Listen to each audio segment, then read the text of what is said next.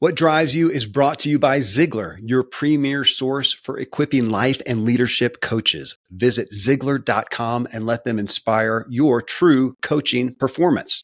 Yeah. Welcome, everyone. I'm Kevin Miller. This is the What Drives You podcast, where we focus on your drive. Your drive is working in some areas of your life, producing great success, yet in other areas, maybe not so much. Let's get clarity on what you value, what motives are helping and hurting you, and get you fully into alignment so you're driving further and faster and enjoying the ride.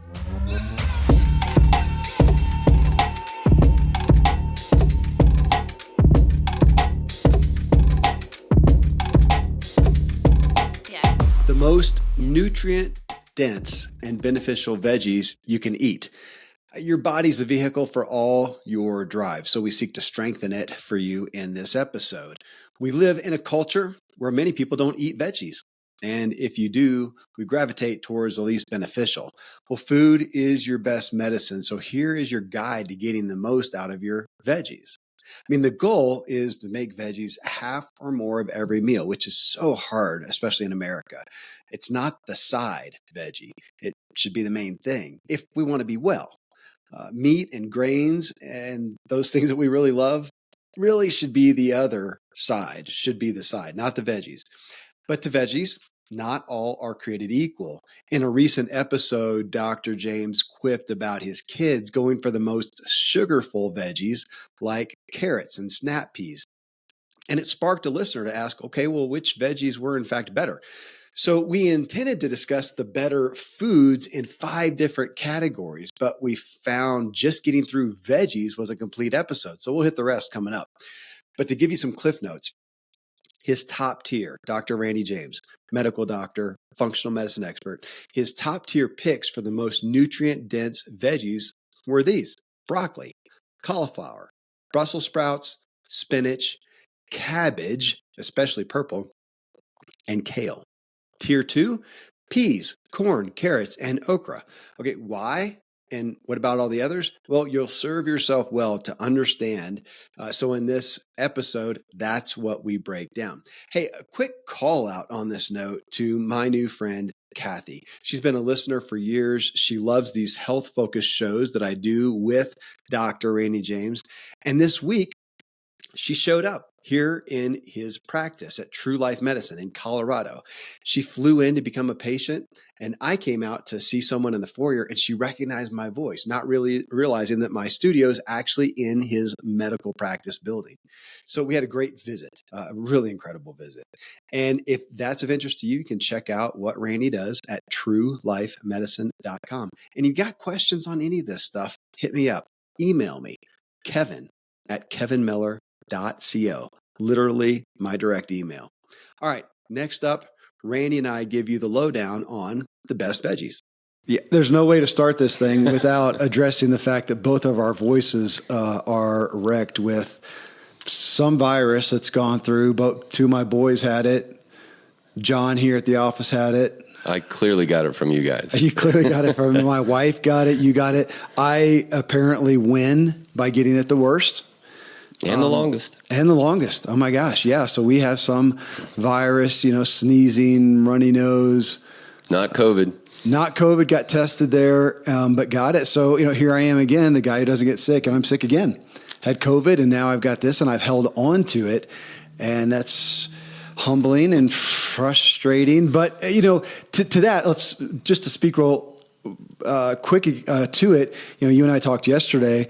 If I look at it, I would say I was exercising I was overdoing it, period. I literally, prior to getting this, my kids had been sick, so it was around. I did 4 days super hard just because I wanted to for my soul and psyche. And I kind of ran and rode myself into the ground. So I did that, which, exercise, working out hard breaks you down to build up stronger. But in that time period, I would say I had broken myself down further. I was doing sugar and I was worried about some stuff. Great opening. Yeah. The Swiss cheese holes lined up. Swiss cheese holes to line up. Which actually makes it sound more random. Like, who can help it if the Swiss cheese holes line up? But it's not completely random. You had a choice in the matter. You had some awareness. And at the same time, we would never look at you and say, well, it's your utter fault that you as a human being got sick. Right. So I'm not God. I'm not in control of the sickness and stuff. But if I look at it with the knowledge that I actually do have, I would say, gosh, knowing that my kids got sick, John here in the office is sick, obviously something's going around. This would be a good time to not overdo my exercise, not do sugar, get extra sleep, meditate, and deal with my stress response. Do an extra day of fast. Fast. Yeah, absolutely. All those things. I did none of them. So could I have controlled it? Is it all my fault? I do have some, I want to have some power in that. Right. It gives you power into the future, empowerment into the future to have not zero chance of getting ill, but less chance. Yeah.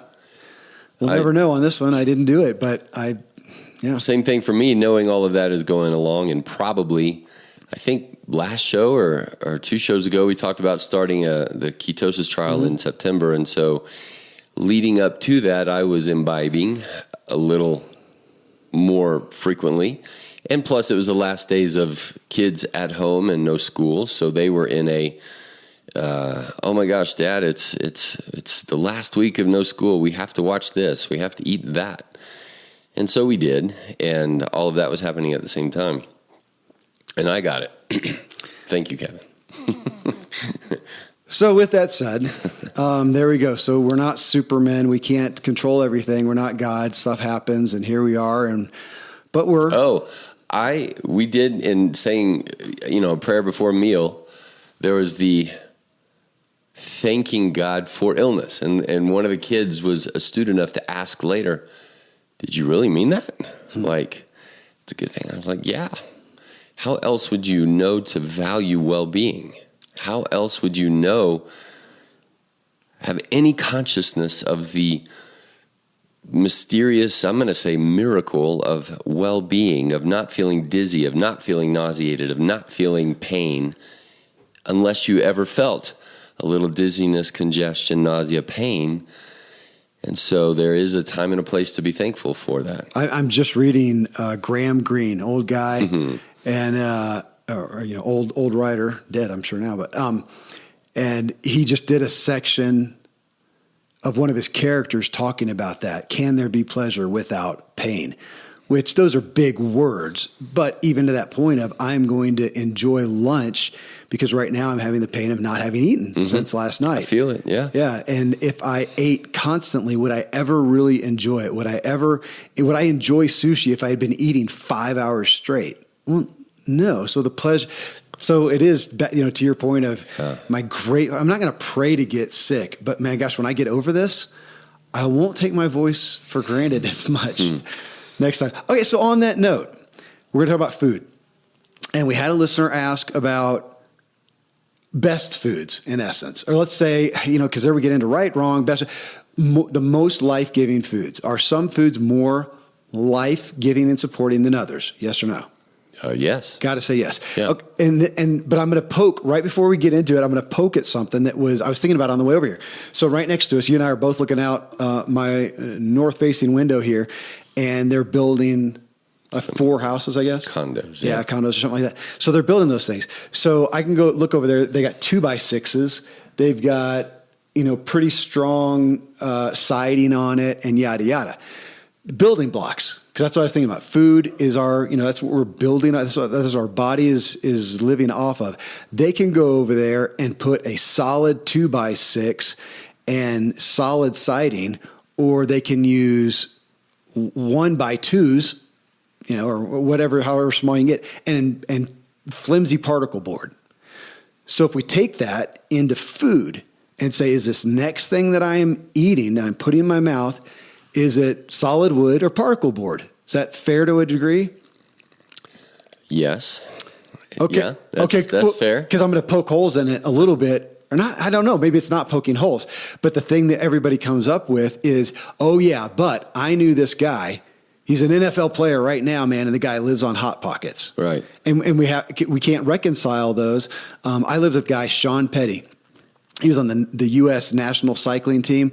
I lived with him for a long time, and the guy was renowned for having won the race across America, the solo race across America. The dude just decided on a whim to do it because it was like a $25,000 purse. He was a top elite cyclist, and he did it with his mom. No support team. His mom was there a little bit, and he would literally go to gas stations and get beanie weenies. That was the joke. He literally did that. He did the majority of the race, just a can of beanie weenies, hawk them down, and keep going, never stopped. Won the sucker, won the purse. So he was a garbage dump of food at that point. If he hears this, I'm so sorry. Hopefully he's better now, but I don't think he's argued that. He was.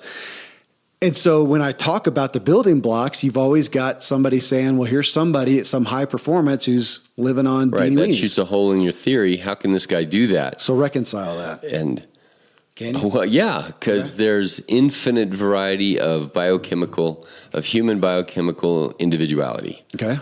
And so, and I would also submit Sean Petty, if he continued to live on beanie weenies, his performance would go down compared to himself if he lived on something different. Well, last I was in touch with him, he got hepatitis, and it took him out of the sport. Really wrecked his life. But can we blame hepatitis on beanie weenies? Well, like my sickness that we talked about, it didn't help. It didn't help. That's absolutely right. It did not help. And one of the themes is Americans, we as a people, as a culture, we don't like this because it's like, oh my gosh. So you're saying that I have to think about this and think about that and think about this if I want to be well? And the answer is yeah. Okay, is it fair to say the probability? So if we're talking about probability here, because everybody do I want to strive to be the exception of somebody who seems to have good health, even though I'm doing everything to violate it? I don't want that risk. I'd rather go. It's a big risk. That's all I'm saying. Okay, would you want to try to have a successful business, but do everything wrong? The worst business practices. Do you want to make it safe home, but do everything wrong? Yeah. Drive drunk and go too fast. And so if you know an exception out there, and for some reason that's your goal, knock yourself out. If you want to go with best business practices, best life practices, we're talking about that here. So if we take the NFL player or Sean Petty, who wins the race across America with beanie weenies, and say, gosh, he won super high performance, elite level, Olympic level performance on this crap food, then the question would be, okay, but how long can they sustain it? Right. What are they going to look like at 60? Right. Let's hold out as an example on the other side, Tom Brady. Okay. Right? And you might not know, I don't know his story very much, but here's a 40-plus-year-old, even better performing quarterback than he was at 30. And so he's old for the NFL? Is that, yeah. Okay. And it's just unheard of, right? And he makes a big deal of the things that we talk about, and I think he has now an entire business called TB12 or something like that, where he's a consultant for other people who want to be high performing for a longer period of time. Well, how did you do this, Tom Brady? And it wasn't on Hot Pockets. Mm-hmm. And I doubt that there's ever going to be a guy who lives on Hot Pockets and beanie weenies who's at a high performing level for a long period of time, and he writes a book about the Hot Pocket beanie weenie theory. Right. That the propensity for most of us is to spend the time, the money, the effort, and of course Tom Brady has more of those things that he can spend on this, but we all can too. I was just going to say, so no matter what, I shouldn't say that. That's not fair. I can't make a blanket statement no matter what socioeconomic level you're at or whatever. But Tom Brady is probably worth $1 billion. I'm not. We'll just say that. I'm not. I do have the ability, for the most part, to eat at the same level. And let's also acknowledge that that's nearly for the first time in human history.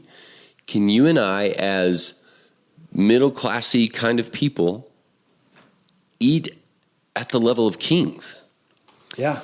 Now, 1,000 years ago, the level of kings often meant eat cake. And we have the famous, we'll let them eat cake phrase from the French queen. Uh-huh.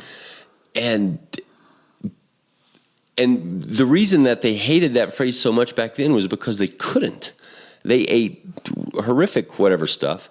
And now we have the building blocks like we're looking over there. Those guys are building buildings that are going to last for 100 years. And we have that capacity. We have that choice. We have that power. We have the ability to buy those things. It's not irrational that we could make those choices to perform at a level of Tom Brady. Okay, so let's hit that real quick before we get into literal lists of foods to say, because affordability always gets in there. Yeah. And my understanding from what you and I haven't talked in depth about, but I think it was the movie, was it Super Size Me? It was one of those movies where it went into the real life, kind of like a reality TV thing of a lower income family, their hurried lifestyle, and lack of money. And it was the premise of can't afford good food. And my understanding is that you looked at that and poked holes in that a little bit to say, okay, if you get this bag of, I don't know how much, $5 bag of fast food, and consume that if you buy an equal amount, monetary amount, $5 of, I don't know, fresh veggies, it's going to look like less, but the nutrient quantity is going to be as equal or higher in that what looks like lesser food. So, which begs the question: can we not afford it, or are we just not equating it? Apples to apples. This is very complex, right? Like what you just said. That nowadays there are also we have to be very fair. There are but nutrient deserts. Yeah. Urban areas where within the space of whatever people can drive or walk or ride to is gas stations and Walmarts and dollar stores and things like that aren't going to carry nutrients. Can we say, okay, so what you're saying is there are, let's go into a big city, there are spans of neighborhoods or places where people live, high rises, whatever, where in essence their access to food is what we would say is what we have in the middle aisles of the grocery store. All the processed, shelf-stable food, and they don't have access to what we have access to on the outside of the grocery store, which is produce, meat, fish, dairy, bakery, even. I don't know. Yeah, even that. Is that... Well, so let's say nutrients. Whole food. Okay. Right? Whole foods and nutrients. Yeah. They have access to food, but what do you call food? And so there is that, and that is a part of the socioeconomic situation, and that's a problem. And if you look back to if we go to, and this is not fair, but if we say, okay, normal middle class, whatever, people that would be listening to this, and many people say, I can't afford XYZ. And I would say, well, switch the way you're thinking and look at price per nutrient. Yes. What you said, you can fill your belly for sure on $5 of special case cereal, but how much are you paying per nutrient? Because a lot of that is nutrient less. You get a full belly, you don't die, but you're overfed and undernourished. And again. And hungry an hour later. And potentially, stimulating the strange wrong metabolism that equals, it might take 10, 20, 30, 40, 50 years for the various individuals to then have aberration of your metabolism that equals pathology. So the price per nutrient mind switch, though, is very hard because people like to eat Special K, and they have it. They've done this all along. It's a part of a habit, all those kind of things. And to switch that over, granted, is tough. You know what I just thought about? Thanksgiving meal, right? We all think about that. What do we equate with Thanksgiving? Stuffed. Dude, I am stuffed. I mean, you are packed after Thanksgiving dinner. And I've always equated it till this moment with that we overeat. We spend all this time making all this great food, then we sit down and we overeat. And I thought, is that really true? Or is it that we have a culture and X% of them are eating a high diet of processed, nutrient lacking foods, and we come together Thanksgiving, and what do? We cook a home-cooked meal, turkey and vegetables and, potatoes and stuffing and whatever, but from scratch food. We sit down, and for the first time in a long time, maybe we have a full meal of nutrient-dense food, and we walk away and going, holy smacks. So did we overeat, or did we actually just get an influx of abnormal, for a lot of America, nutrient-dense food? I'm going to have to say I don't know. I'm going to go with it. I think there's a possibility there. There is a possibility there. The differentness of feeling stuffed. I feel like most people are stuffed because they eat stuffing, and you're back to overeat. A less calorie dense food. One thing I want to go back to on the price of thinking about food is recognizing what percentage of one's income historically was spent on food. That's right. Yeah. I think we talked about that maybe a significant time ago. And so these days people will have a food, how many people don't have a budget anyway, and they won't even know what they're spending on food? But it tends to be a very low percentage of our budget because we shop for bargains and that kind of thing. And again, it just doesn't make much sense to get on sale food. Like it just... Yeah, when have you ever gone and said, broccoli's on sale? Broccoli is never on sale. It's because you couldn't almost bad. Well, that's right. You couldn't put living whole food on sale because it goes bad. Mm-hmm. And then so it's those kinds of things. So the whole idea of shopping on a budget, and maybe I don't want to comment on coupons, but just shopping on a budget is like that. You're shopping for a price, not for quality. And so already there's an inherent problem there. So you have to switch your mindset to say, okay, historically, what percentage of the income have people in the middle class spent? And if you go back to the 1800s, 80, 90% agrarian communities that are growing a lot of their own vegetables. They're growing, so what percentage of their income or even their available time was spent on it? And let's just say 50%, a significant amount. And these days we couldn't even comprehend that. Mm-hmm. And that's just to survive. And then along comes the Industrial Revolution and all of these kind of things. And so other people harvest your food, and other people can it, and other people do these things and put it into cheaper process, and logistics goes up. So the price of food keeps coming down and down and down. But even after World War II, where now it's way less agrarian, in the 50s and 60s, still the average American middle-class family was spending, do you know what percentage on their food? Okay, so 1960, Betty Crocker, what would you guess was the average household income percentage spent on food?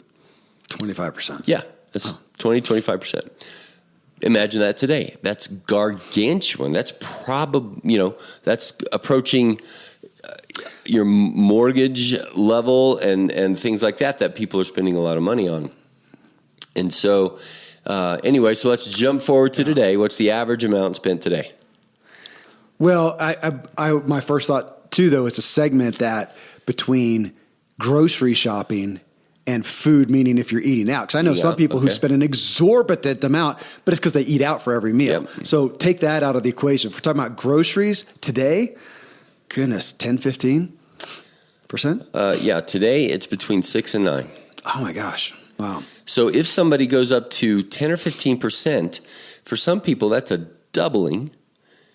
And you're like, I can't have my XYZ, usually entertainment or car or something else, if I do that.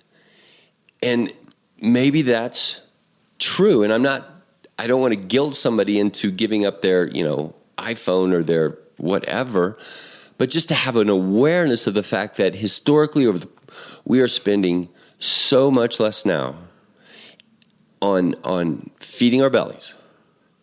And so if you then kind of change your paradigm and say, oh, okay, well, gosh, it does make sense if we just say, hey, let's think of a 10%.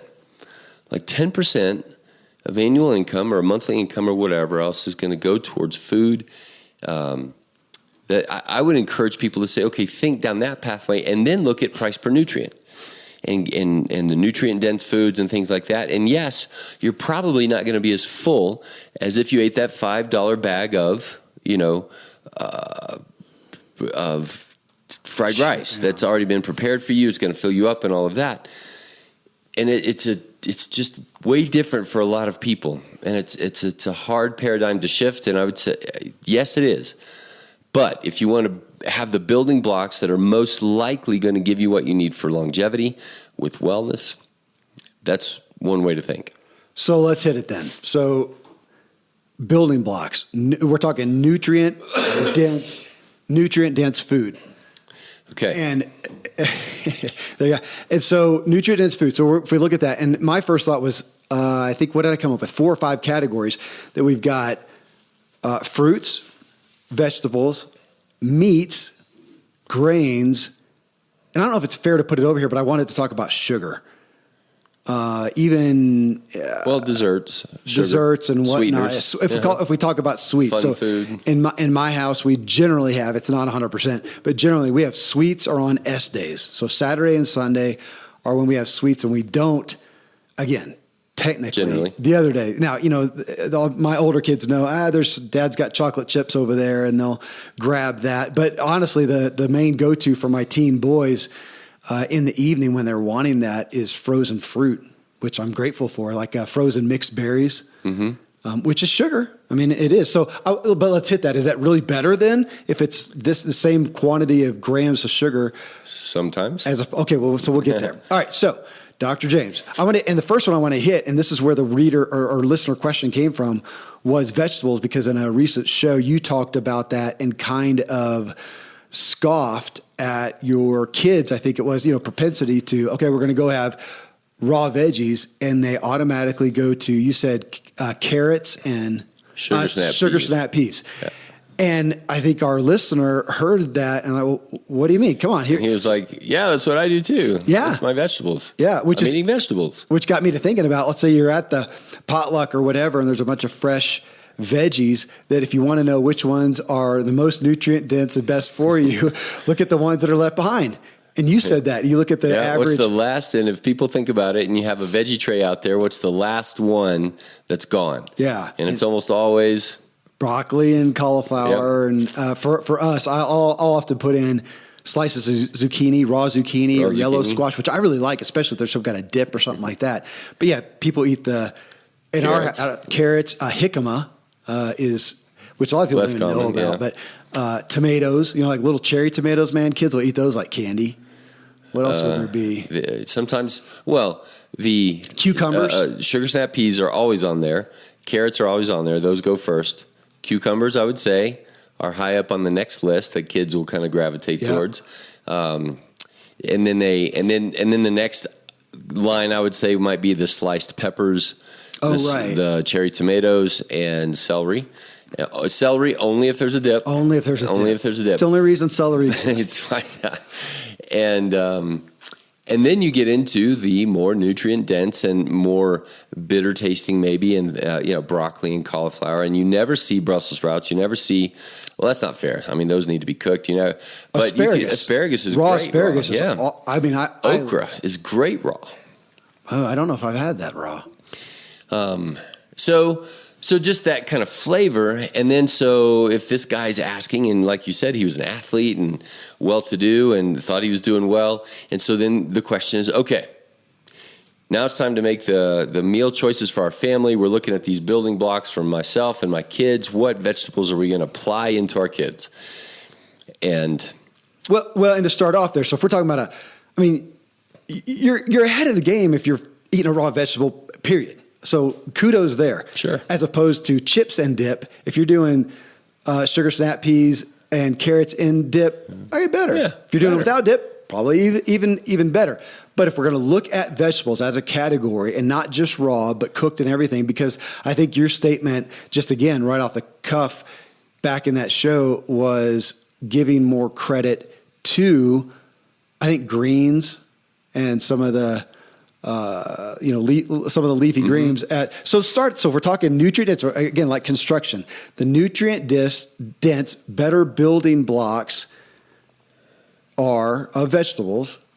So top of the list down is one question, and the other, are you just categorizing that by sugar content? Because that's kind of what we alluded to with sugar snap peas and carrots.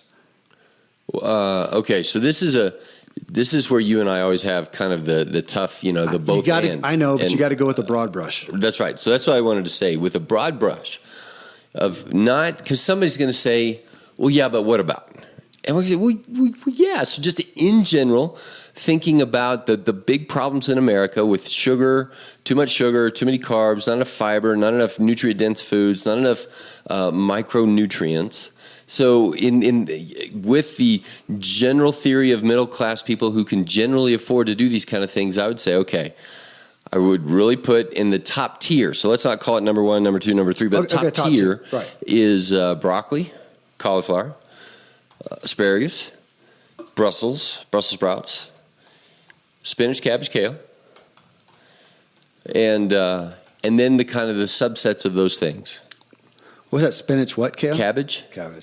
And then, is purple cabbage better than green cabbage? What about yellow cabbage? And then I would say colors. So I would say, yeah, purple is going to be a better choice than greens, because we generally get, if you're eating purple cabbage, you're probably the kind of person that eats, what about romaine and arugula and, baby this and spring that? And I said, I don't know. Right. But if you're, so in our family, that's another one of the things that we did. So, well, what do we do? And I would say we rotate. We'll get those $5 organic big tubs at Safeway of spinach, just spinach. And then we'll get the next one of spring mix, and we'll get the next one of romaine mix or something. And my favorite is the one with arugula, just a little hint of arugula in there. And those go, we pull those out on almost every meal, except for, well, even with breakfast, and, saute those with eggs and stuff. So spinach, cabbage, kale. Is there too much of that? Can you overdo it? What about bok choy? What about radicchio? What about? And I would say, yeah, all of those kind of things. But in contrast to butternut lettuce and iceberg lettuce, and these are the ones that people say, oh yeah, I love those, because they tend to be sweeter. They tend to be the kind of things that apply to the palate of Americans, which wants to be sweet and carby. And I'm not saying those are bad, and they're better than lacing your hamburger with sugar. So it's on the scale and the tier, I would put those kinds of greens up high, along with broccoli, cauliflower, the Brussels sprouts, the asparagus. And am I forgetting anything? Generally, that's what other kind of veg. And then you could say jicama, and you could say beets, and you could say, okay, well, that's a tier like beets and carrots. Think about these historically. They're very high in carbs. Now, beets are famous for the nitric oxide production, and you can buy all these beet powders and beet juices. And are beets just awesome? I say, yeah, beets are great, but they can tend to be overdone. Like, is there somebody out there in the world that's just eating darn too much broccoli, just too many Brussels sprouts? Like, man, Sure. you are harming yourself.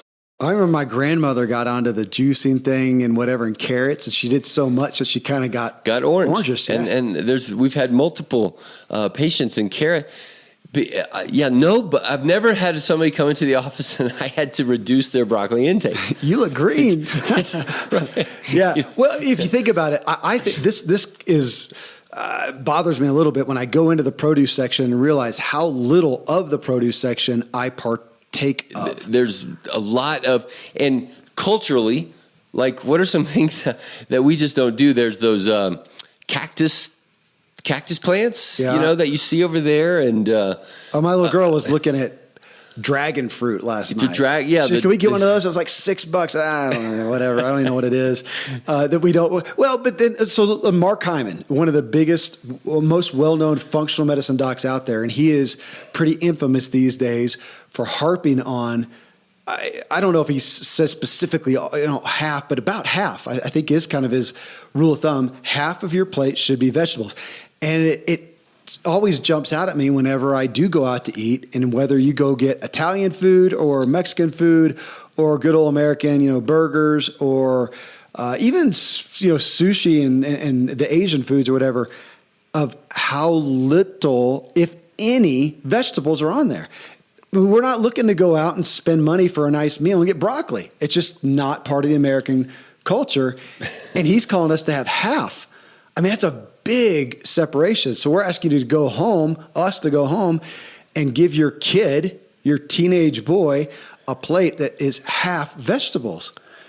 In American culture, That is it doesn't happen.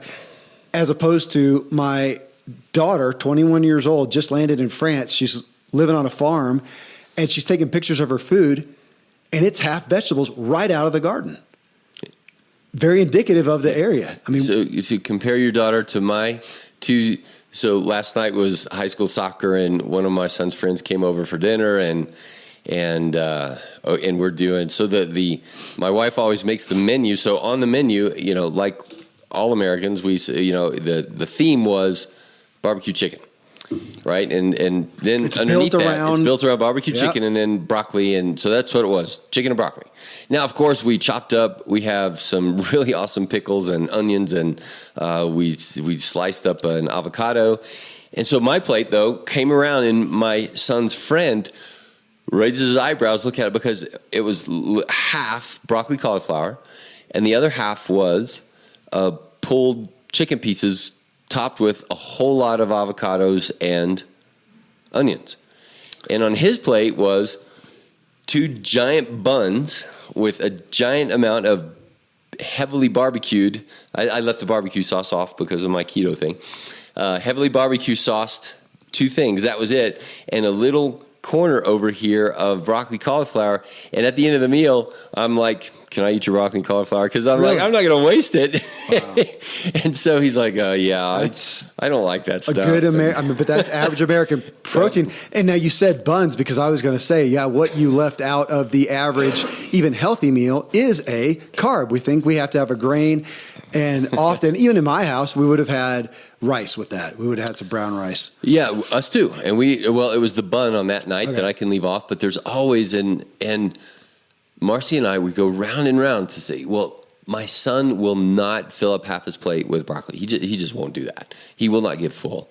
So then do I succumb and say we'll just be hungry? Or do we provide corn chips and rice and these other things? And of course we do. Which, and your son, my son, can also do that, chicken and buns and whatever, and go out and kick butt in the soccer game. And they're performing well. We're right back to your Sean Petty guy. Yeah, they're getting good grades at school. And like, okay, what is it? What's the problem? So are we saying we're trying to invest in who they are when they're 80? I would say, yeah. We're planting seeds. We're trying to water those. Their brain development. But I feel like, and my wife would roll her eyes at me, and I'd say, I read the books that I read. Mm-hmm. I treat the patients over here at 30, 40, 50, and I'm watching my kids do it. And I look back at myself, and I did do it. And the tension that's in there is part of why we're doing the show, because a lot of people are out there and they're like, yeah, me too. And so what's the answer? And of course the answer is you can't come, and be Naziistic and no soup for you about it with your 15-year-old son who's going to roll his eyeballs at you. And, we laugh at it there too. And so Ryder and I, we do laugh. And go back to planting seeds though, because, so I've got the little kids, and to some degree they're going to eat what I tell them to, but they're pretty great. Mine are with doing the veggies. I've got teen boys who want to eat what tastes good. And if they can just eat the chicken and the buns, they're going to do that. Now I do have the benefit too, though, of older kids. I've got 4 over the age of 20 now who eat great. I mean, they'll testify to those teenagers of yeah. So giving our kids some grace for that season of where they're in, maybe more so led by their taste buds, less mature to pick a healthier option. They're not even buying their own food. That changes things as well. So to have some grace there, but it does bode. Or it's convicting to say we are planting seeds without the knowledge, at least. So my boys, like yours, even though they're saying, come on, I want the bun and the chicken. I don't want all the veggies, but they know. They know, yeah. That's powerful. At least they know. Go for it. So veggies, that was veggies. Let's do the same thing with... Well, let's, on the veggies on the tier 2, the downside, so peas, corn, and carrots. Okay. Like the staple of America. I grew up on mixed vegetables. Did you have those? The frozen bird's eye, mixed vegetables, and peas, corn, and carrots, and not Ferris Bueller. Tom Hanks was the Big? No, the one where he was box of chocolate. Forrest Gump. Pea goes together like peas and carrots. Yeah, so man. It's just in us, and I like them too. But I would put them a tier down and say, okay, yeah, they're better than a Snicker bar. But if you're aiming at nutrient dense, they just can't do it. I know. Honestly, peas and corn, we don't do. In our we home. don't either. We literally don't. And I think of them as a carb. I put them in. Oh, and they are like potatoes. Yes. Yeah. Yes. I just read a book, and that was the vegetarian came in, and they didn't have anything but potatoes. It's not a is it technically a vegetable? It's a vegetable. Is it? It's a root. But that's where we're going to go next. Okay. Is carrots are root vegetables, beets are root vegetables, potatoes are root vegetable. Technically, you could go over our legumes, their own thing. Are they part of the vegetables? And they're part of the vegetables. So, some of those. So, well, they're not roots. But they're high in carbs. That's not wrong. That's not bad. And if you go back to 1800s and in Ireland, potatoes kept people alive, right? Because they are carbohydrate dense. Okay, I'm going to go to my building thing. They kept people alive, like a homeless guy with a cardboard box. Yeah, it keeps him alive. Yep, kept a little bit of the snow. Solo Snickers bar, solo Hot Pocket. Yeah. And that's when we say, if you're coming out of the desert, you're going to starve to death. You're on a ship out in the ocean for 3 months. And you've got God bless potatoes. God bless potatoes and Hot Pockets, and we'll be grateful for that in that kind of situation. If it's your birthday, have some cake. Yes. But like you call S days, and I habitually say Monday through Friday. If Monday through Friday, breakfast, lunch, dinner, you are aiming at nutrient dense, pretty good, and you have some celebration days, sweet days on the weekends that don't go crazy, I think that's a general pretty good place to be. Like the guy who wrote in, sorry, whoever that was, I didn't write him back, but here's how I would answer it is to say, yeah, man, okay, we do have corn. We have like 3 times a year, the sweet corn on the cob when it comes in, and it reminds me of my childhood because, you get to pick your meal on your birthday, and I would have fried chicken and corn on the cob. Good Southern boy. Yes.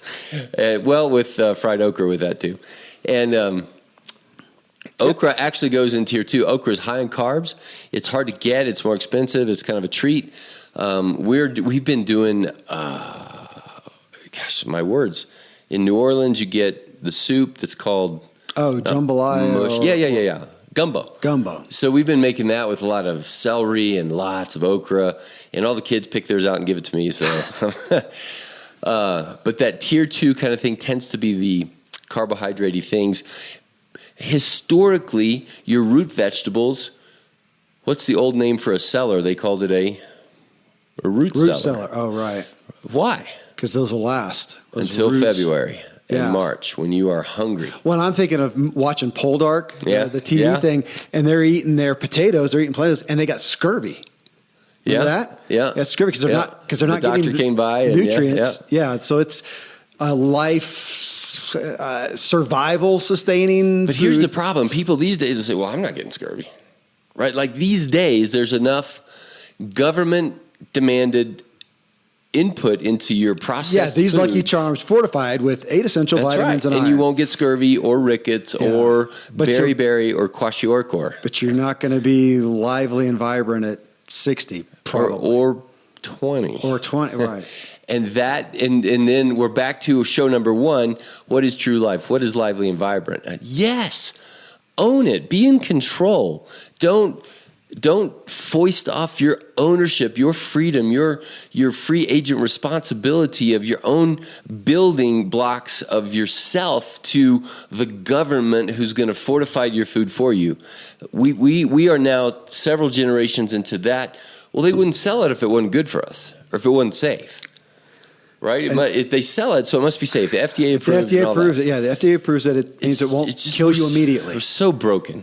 Yeah. If we were morally, intellectually consistent, we would control sugar, like we control alcohol and tobacco and. Well, when I came in here, you were reading. Oh, it's right there. Dan Buettner's Blue Zones, and that's the Blue Zone Solution. He has a few different books, but the Blue Zone Solution. I mean, you can go in there and he goes through the healthiest places in the world. Not just longevity, not just lifespan, but also health span. So their ability, and literally looks and talks about what they eat in these different environments. Great book to go read and go look what they're eating and pick your own. And they do have grains. They do have some of these. Some of the, I was just looking at the Greek island of wherever that was, and potatoes were high up on the list.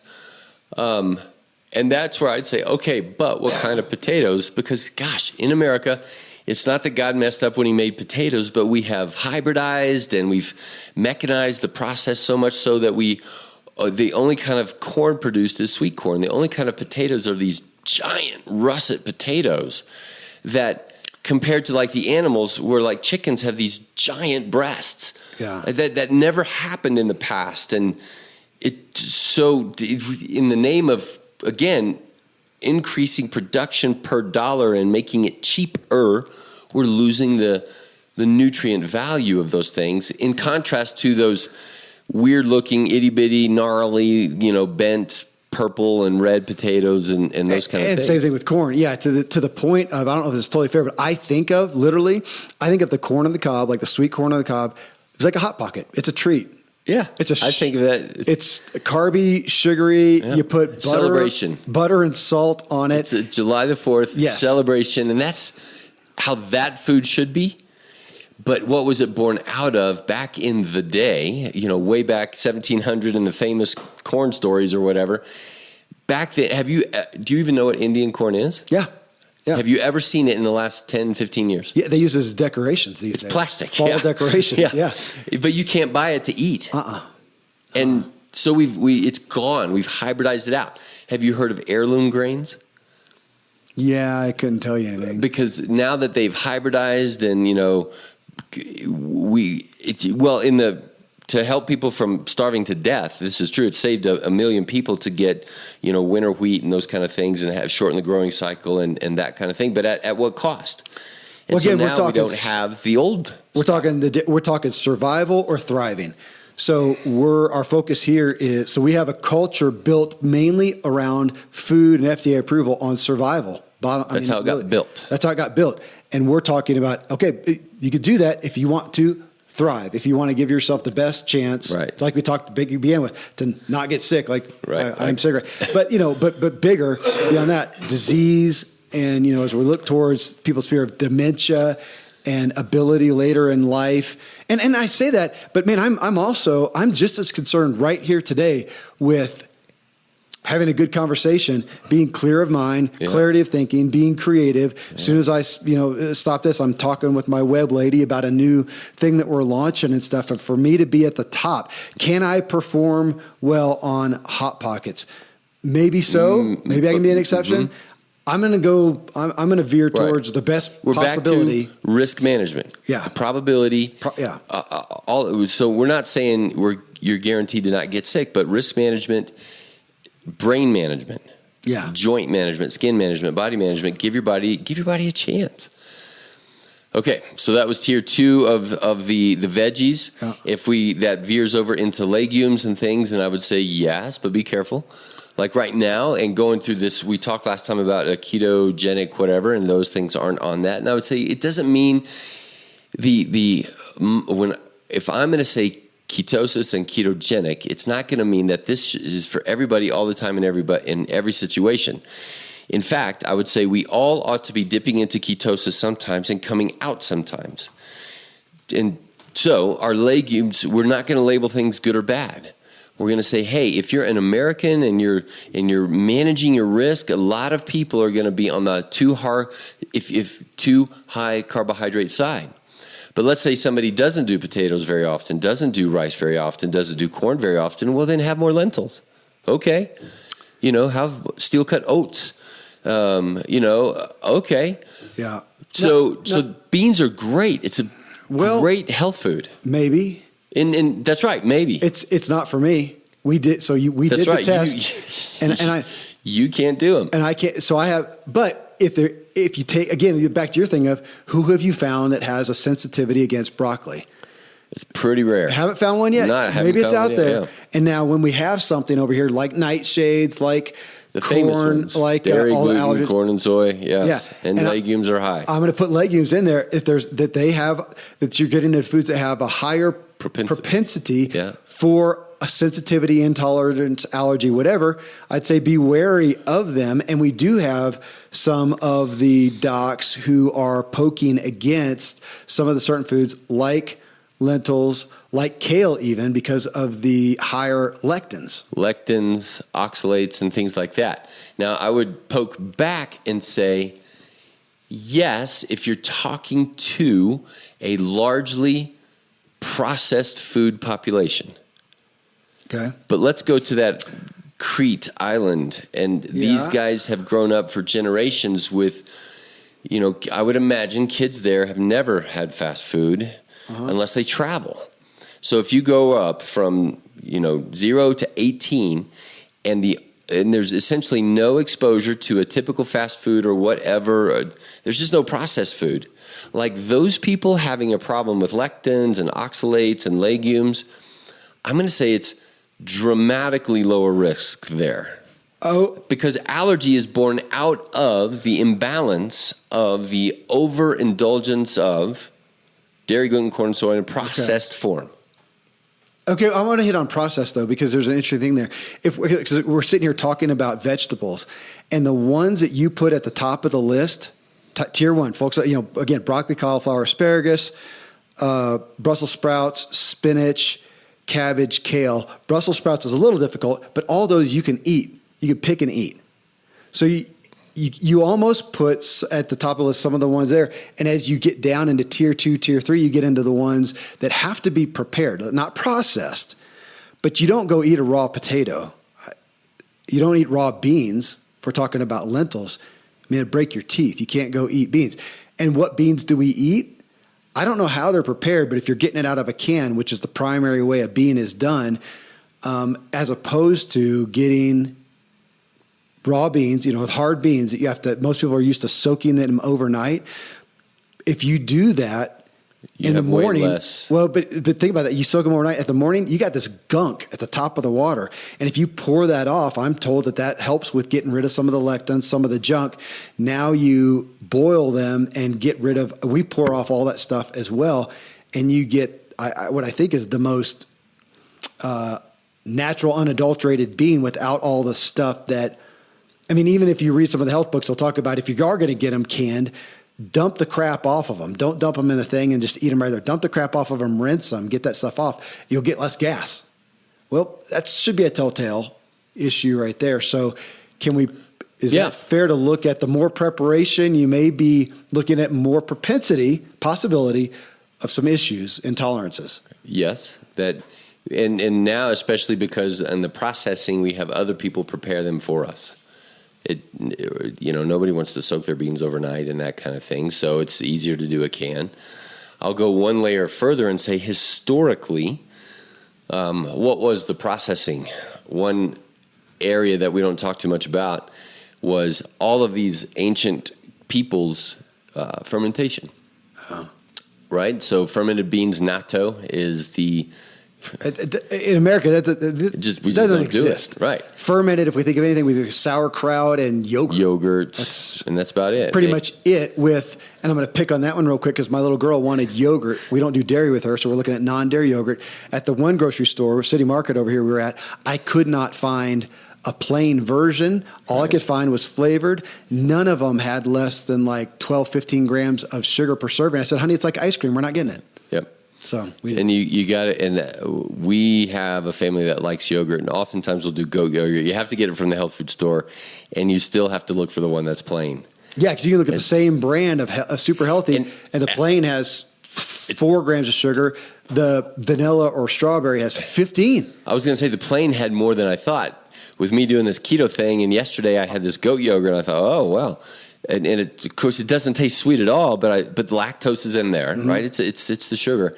And it was surprising. And Americans, like my kid, can I have yogurt? Yes, but don't put any sweetener in it. And they're like, never mind. They just won't do it. I went to, where was I? I was out of town somewhere a while ago. And where would I have been? Where they had this big wine mart or something like that. And I went in and I said, I want like an apple cider, like a hard apple cider or something, but can you give me this, where's the least sweet ones? He actually took me to a different area. The guy had an English accent, so it didn't sound native. And he says, yeah, here in America, people like sweet. So all these over here, all these regular ciders that people are going to go to, they are. But if you really want, I've got some international ones over here that have less. And we went over there and I got one from, I can't remember where, some other country that had hardly any sugar in it. But it was just a great telltale thing. Here's this guy and he just knows. He works at the big wine market. Americans, it's a joke. They want the sugar. Yeah. We have... So just again, for us to keep hearing, this is the culture that we live in. It's not evil, not a conspiracy, but regardless. That's right. So when people say, well, beans are good or a health food, and I would say, well, yeah, historically those also last until February, March when, food is low. By then, oftentimes in the way they were stored, they were sour. It was fermented. And that was a natural, normal kind of a thing. And people learned. It's back then. I don't know if you had a thought of I like it or I dislike it. It's just this is how we don't die. This is what we eat. Hundreds, if not thousands, of years of that habit, and in the last 100 years, it's just been such a dramatic change. Your doctor who said, the way we live now is so extreme, and so let's get back to our vegetables. There, we veered off into legumes to say but there's a way to do them that's better, probably the dried and soaked, pour off the top. You do them in the crock pot kind of a thing. Okay, like I would never look at somebody and say, oh gosh, that's too many carbohydrates. Right now, if that person is saying, I cannot lose weight, I'd say, well, those are carbohydrates. Yeah. You've got to, if you've never given your body the opportunity of 90 days in ketosis, then those will keep you out of ketosis most likely. It's not right or wrong. It's just now what's your goals on the other side of that. And some people, and I think more percentage-wise in America, we need to do a show on this, are going to be on the exquisitely sensitive insulin side. So in the past, I've talked about insulin resistance. Anyway, so that'll be a future show. Okay, what's our next food? No, actually, we're gone too long. We're just going to make it part 2. We'll go. We got holy cow! Yeah, I thought we were 5 minutes into this. We're at 53 minutes. Are we? Yeah. Okay. Literally 53 minutes talking about vegetables. No, so I would say if there's anything you want to round out, this is going to be a show on vegetables. Which again, I'll try to put this in the show notes. But we're saying best case scenario. Again, this is not a judgment or right, wrong, or whatever. But if you are looking at the highest propensity for your vibrancy, capacity, capability now and in the future, Dr. Randy James will say, we've got broccoli. It's half of your meals.